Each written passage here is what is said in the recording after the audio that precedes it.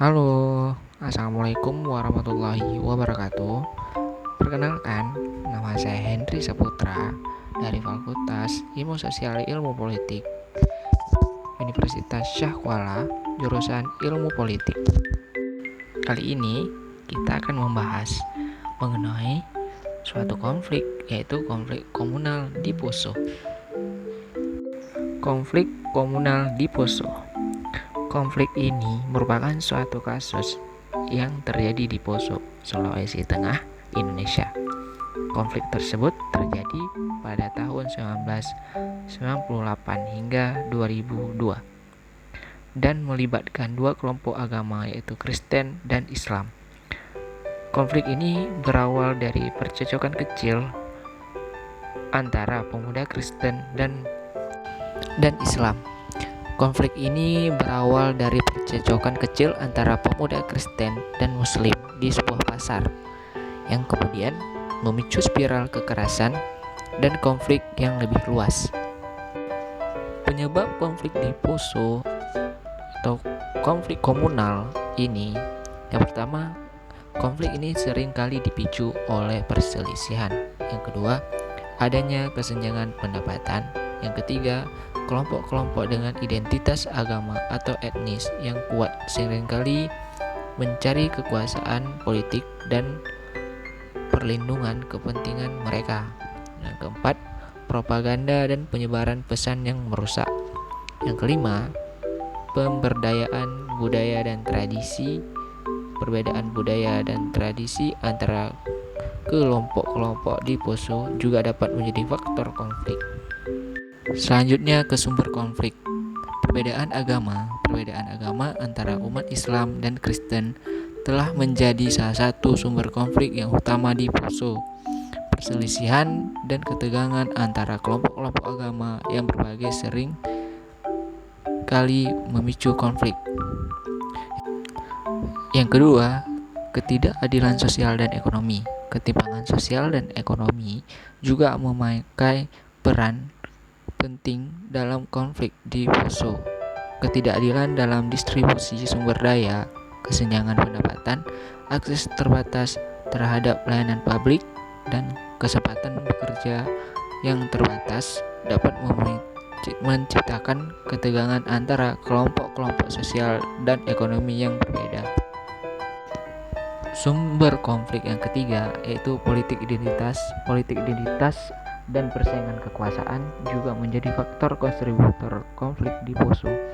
Kelompok-kelompok dengan identitas agama atau etnis yang kuat berusaha untuk memperoleh pengaruh politik dan perlindungan kepentingan mereka.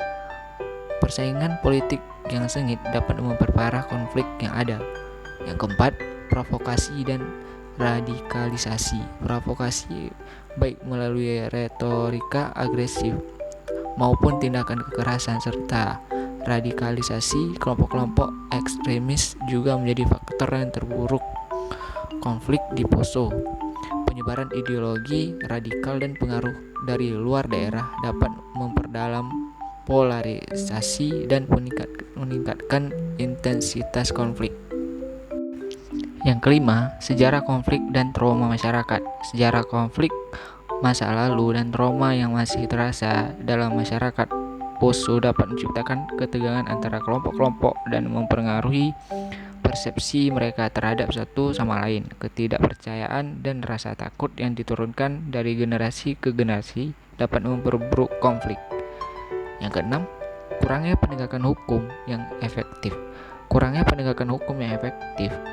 Dalam menindak pelaku kekerasan dan menciptakan rasa keadilan dapat menciptakan ketidakstabilan dan memperpanjang konflik di Poso.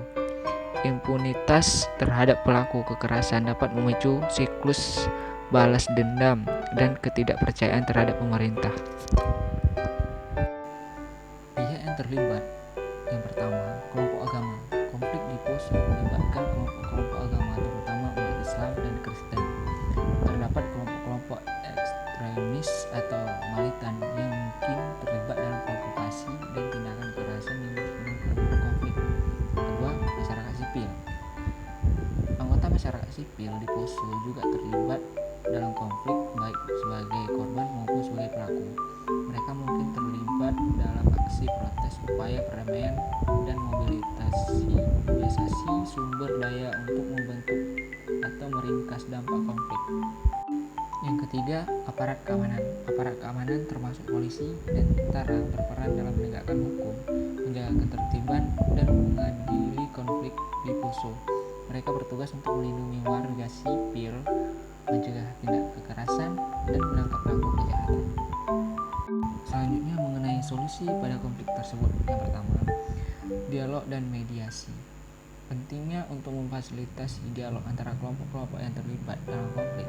Mediasi yang dipimpin oleh pihak netral dapat membantu membangun pemahaman dan mengurangi ketegangan dan mencapai kesepakatan yang dapat diterima oleh semua pihak. Yang kedua, membangun kepercayaan.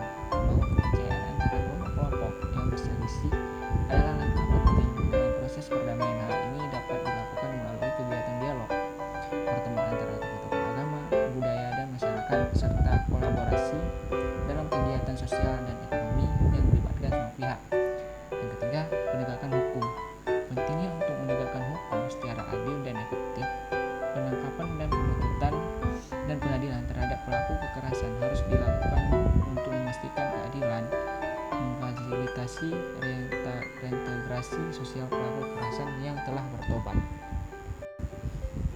Yang keenam, ada rekonsiliasi dan perdamaian.